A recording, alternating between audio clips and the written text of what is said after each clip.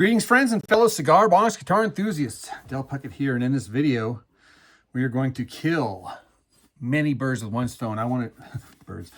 Many birds with one stone. First off, I want to show you this box here before we get started here, and then kind of show you kind of where I'm at.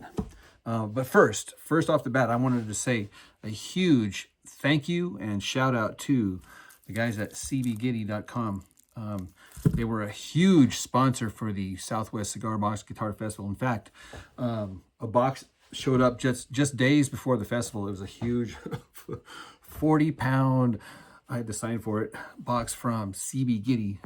And it was chock full of goodies. I mean, I did an unboxing video a couple of videos back that kind of showed the insides. But anyhow, so we packed up a bunch of these boxes, just chock full of everything that was in that box. And oh my God, I did manage to keep a few things to myself, like some strings, some picks. I snagged the strap, and I couldn't give all of these stickers away. I've got literally thousands of CBGitty.com stickers. So I will be continuing to hand these things out. One of the things that really caught my attention was this book here. This is the by Ben Giddy Baker, and it's Building Heirloom Guitars from Antiques and Vintage Recycled Objects. Chock full of pictures and stories, and yeah, this is going to be a fun deep dive.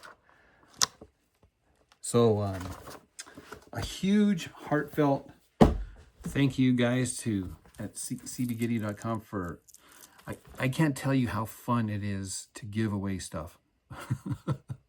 Just seeing people's faces, man, when you give them a box full of just grab bag goodies.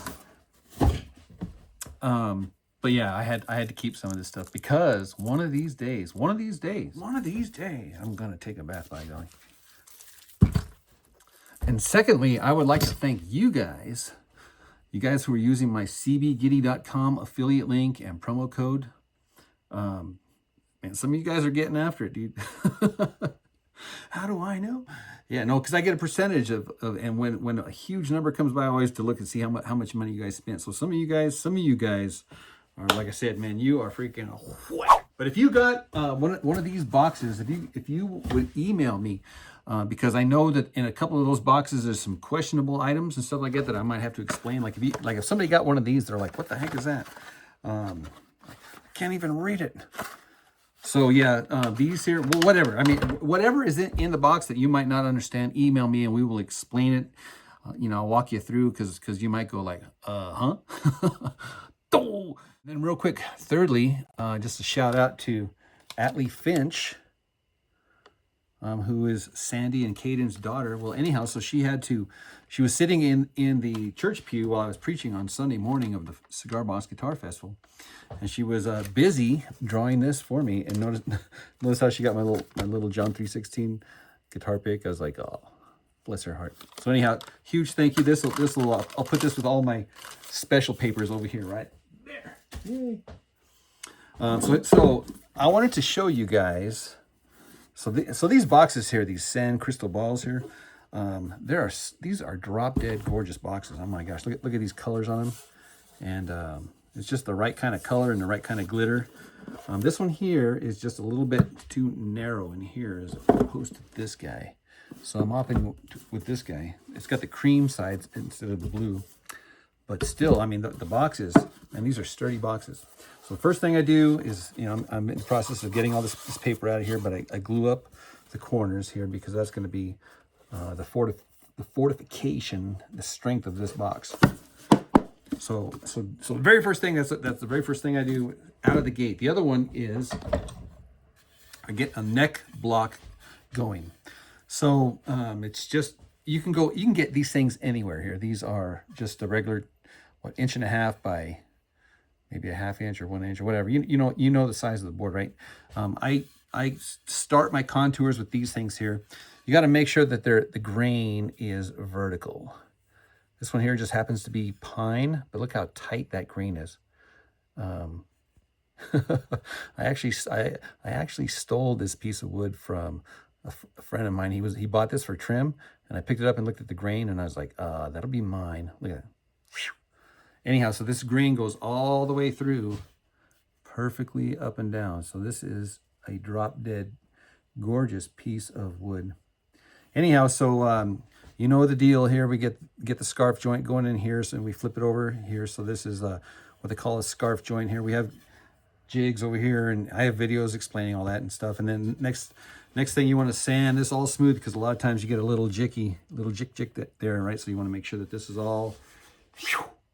So this is all just the preliminary stuff, right? And then what I do is I measure out where my heel is going to be based on the golden ratio and Fibonacci and all that stuff, right? So this might be just it's a tiny bit long, so I'll probably bring it up to right about there-ish. Boom. So I'll still cut off about another ½ inch on the back here, which I figured I had a little bit of budget.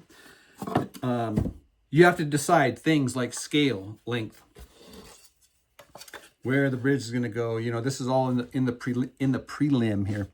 Now I found a select piece of oak, and man, I sanded this thing, carved it, whittled it, got the exact right thickness here, so that I don't have to go back and sand it.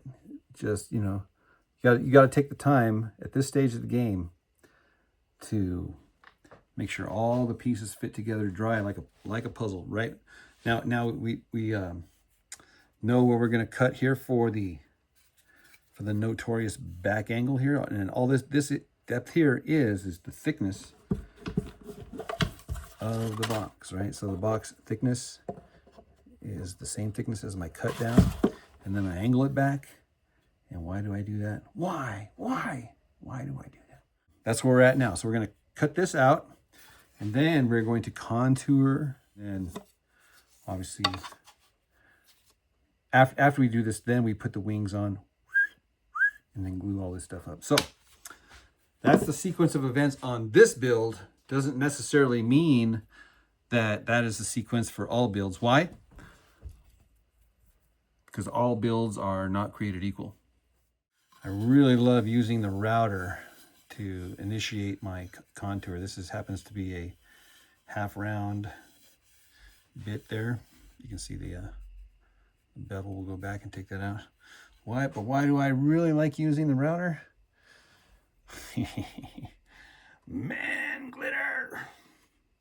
So when I'm doing a scarf joint neck, one of the reasons why I wait on the wings and I do my routing first is because if there's wings on it, then this thing won't fit on the routing table and it won't be able to get these tight cuts here. So do your routing first before you do your wing attachment. And also included in that giddy gift box were these CDs. This one here, look at the artwork on this. Isn't it just awesome? Anyhow, this is Ben and Danny. And these are train songs, guys. We've been listening to these guys, and I'm going to put some of this music on so you guys can hear some of these train songs. I mean, they're definitely hobo songs. If you look at the artwork of the CD, they're like dressed up as hobos. But yeah, I'm going to put this on. All right, we got the CD player all queued up. And I'm going to glue this fretboard.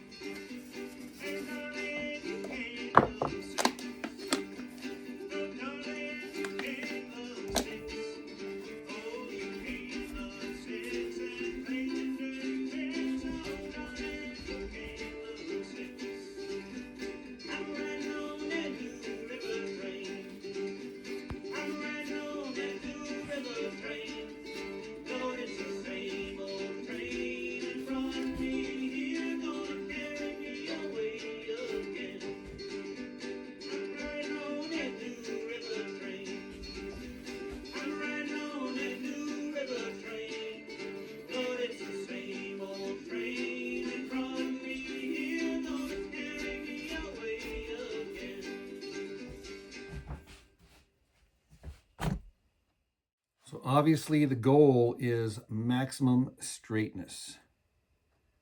You can do it now as best you can, or do it later using various sanding methods or whatever, but you want that plane, this plane here, to be as straight as possible. 7 clamps. All right, this is a good halfway point. I didn't want to just point out, gosh, look at the beauty of that, my gosh. This is gorgeous. I did take opportunity to spray the inside black. And that is so that when you look into the sound hole, it kind of disappears on the inside. All right, so join us in the next video, guys, and we will continue this build here, but I will also introduce you to more songs on this, what does it say here? Now arriving Eastwood Station with Ben Giddy Baker and Danny Woodman. So again, so you can get this at the cbgiddy.com website. All right, guys, that's it for this video, and we'll see you in the next one. Cheers.